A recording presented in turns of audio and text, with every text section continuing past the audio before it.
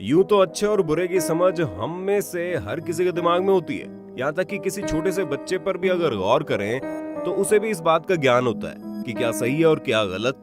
लेकिन इसके बावजूद जब आदमी पर वासना जैसे मन के भावों का प्रभाव होता है तो नतीजा बहुत ही घिनौना होता है। फिर इंसान ये नहीं सोच पाता कि वो कर क्या रहा है, उसे वो करना चाहिए या नहीं। आज हम बात करने जा रहे हैं एक ऐसे इंसान की जिसकी जिम्मेदारी तो थी कब्रिस्तान में मौजूद कब्र और डेड बॉडी की सुरक्षा की, लेकिन उसने कब्रिस्तान में दफन लाशों के साथ कुछ ऐसा अपराध किया जिसे जानने के बाद मानवता की आत्मा भी हिल जाएगी। आज का हमारा वीडियो ऐसे ही कहानी आपके सामने लेकर आया है, इसलिए आखिर तक जरूर बने रहना। आज की ये सच्ची घटना पड़ोसी देश पाकिस्तान की है। सनातन संस्कृति में मरने के बाद लाश को जला दिया जाता है, लेकिन इस्लाम और दूसरे धर्मों में मरने के बाद इंसान की लाश को कब्र में दफन कर दिया जाता है। इनके बाद इन कब्रों की देखरेख और सुरक्षा के लिए कर्मचारी तैनात किए जाते हैं। कब्रिस्तान में मौजूद कर्मचारी ये सारे काम करते हैं, लेकिन इसके बावजूद इस तरह की घटनाएं खबरों की सुर्खियां बनती है कि कभी किसी ने कब्रिस्तान में मौजूद कब्र के साथ छेड़छाड़ की है। कब्रिस्तान में मौजूद कब्र के साथ छेड़छाड़ की घटनाएं हमारे भी देश के अलग अलग जगहों से आती रही है।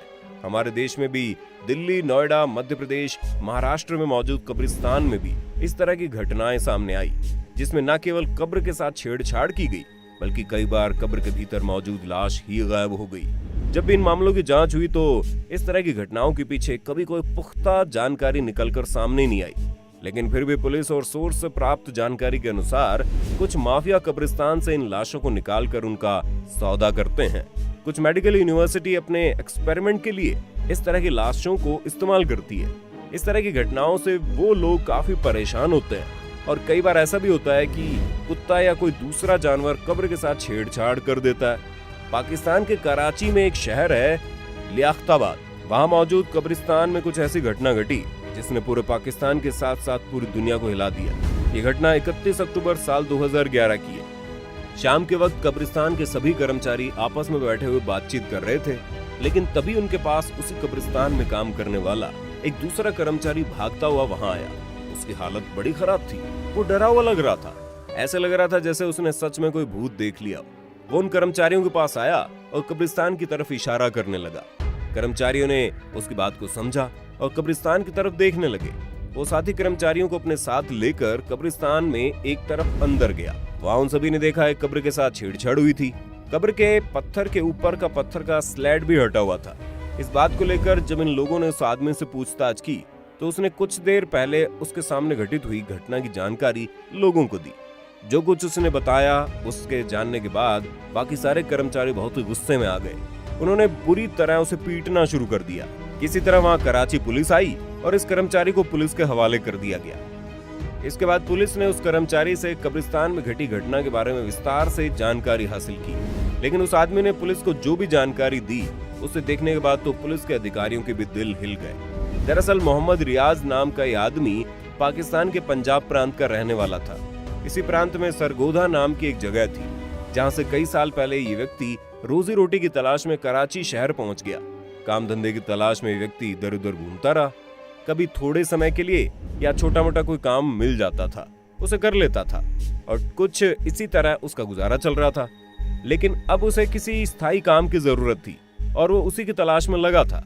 आखिरकार उसकी तलाश पूरी हुई वजीरा के पास। उसकी दोस्ती वजीरा नाम के व्यक्ति से हुई जो कि इसी कब्रिस्तान में काम किया करता था। वजीरा कराची की लियाकताबाद के कब्रिस्तान में कब्र खोदने और उन पर पानी डालने का काम किया करता था।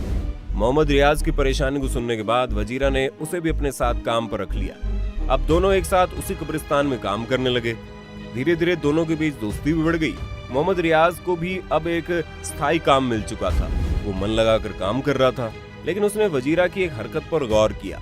उसने देखा शाम के वक्त वजीरा किसी कब्र के एक तरफ का पत्थर हटाकर उसके भीतर चला जाता है और फिर कुछ देर बाद बाहर निकल आता है। फिर कब्र को वैसा ही वैसा कर देता है। पहले तो उसे बड़ी हैरानी हुई, फिर वो हमेशा ही वजीरा को ऐसा करते हुए देखने लगा, मगर वजीरा से उसकी पूछने की हिम्मत नहीं हुई।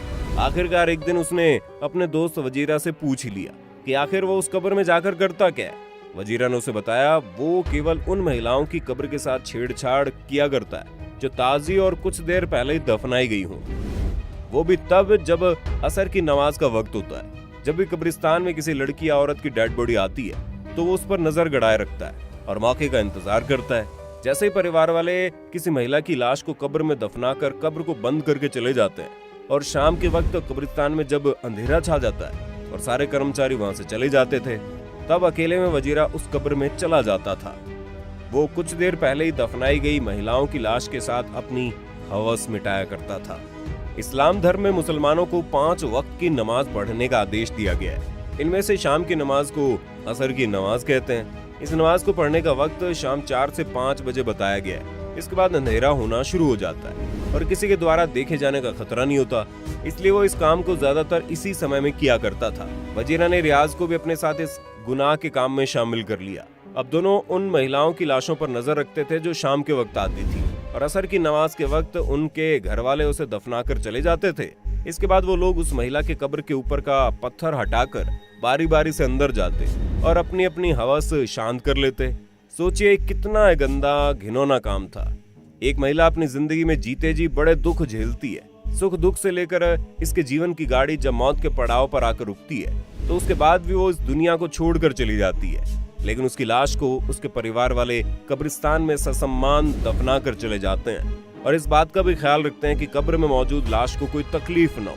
दरअसल इस्लाम धर्म की रिवाज के मुताबिक पुरुष और महिलाओं की लाश को कब्र में दफनाने के बाद महिला की कब्र के ऊपर एक अलग से चादर ढक दी जाती है। उस चादर को देखकर ये लोग इस बात की पहचान कर लेते हैं कि ये कब्र किसी महिला की है। साथ ही वो इस बात का भी ध्यान रखते थे कि उस लाश को असर की नमाज के वक्त यानी 4 से 5 के बीच में ही दफनाया गया हो, क्योंकि सुबह या दोपहर को दफनाई गई लाशों पर वे ध्यान नहीं दिया करते थे। इसके पीछे कारण यह है कि इस बात को अच्छी तरह से जानते थे कि दफनाने के बाद इंसान की डेड बॉडी 2 से 3 घंटे के भीतर डिकम्पोज होना शुरू हो जाती है। इसके बाद ये लाश इनके किसी काम की नहीं रहती, इसलिए हमेशा महिलाओं की ताजा डेड बॉडी पर नजर रखते थे। 4 से 5 बजे दफनाने के लिए लाई गई लाश की रीति रिवाज के साथ अंतिम क्रिया करने में 2 से 3 घंटे का समय लगता था। इसके बाद परिवार वाले आखिरी दुआ पढ़ते थे और धीरे धीरे करके वहां से चले जाते थे। उनके जाने के बाद इन दोनों शैतानों का काम शुरू होता था। इनमें से एक कब्र के पैर की तरफ खोदना शुरू करता और केवल इतना खोदता था कि एक आदमी वहां जा सके और इसके बाद उसके पत्थर हटा देते थे और फिर एक आदमी पहले जाता और अपना काम करके वापस आ जाता। उसके बाद दूसरा जाता था। इस काम को शाम के वक्त करने के पीछे एक कारण और था। इस समय तक कब्रिस्तान के सारे कर्मचारी जा चुके होते हैं। ऐसे में इनके पकड़े जाने और किसी के देखे जाने का खतरा भी नहीं होता। अपने काम को अंजाम देते रहते थे। एक दिन वजीरा की मौत हो गई क्योंकि वजीरा को काफी नशा करने और ड्रग्स लेने की आदत थी। अब रियाज अकेला रह गया।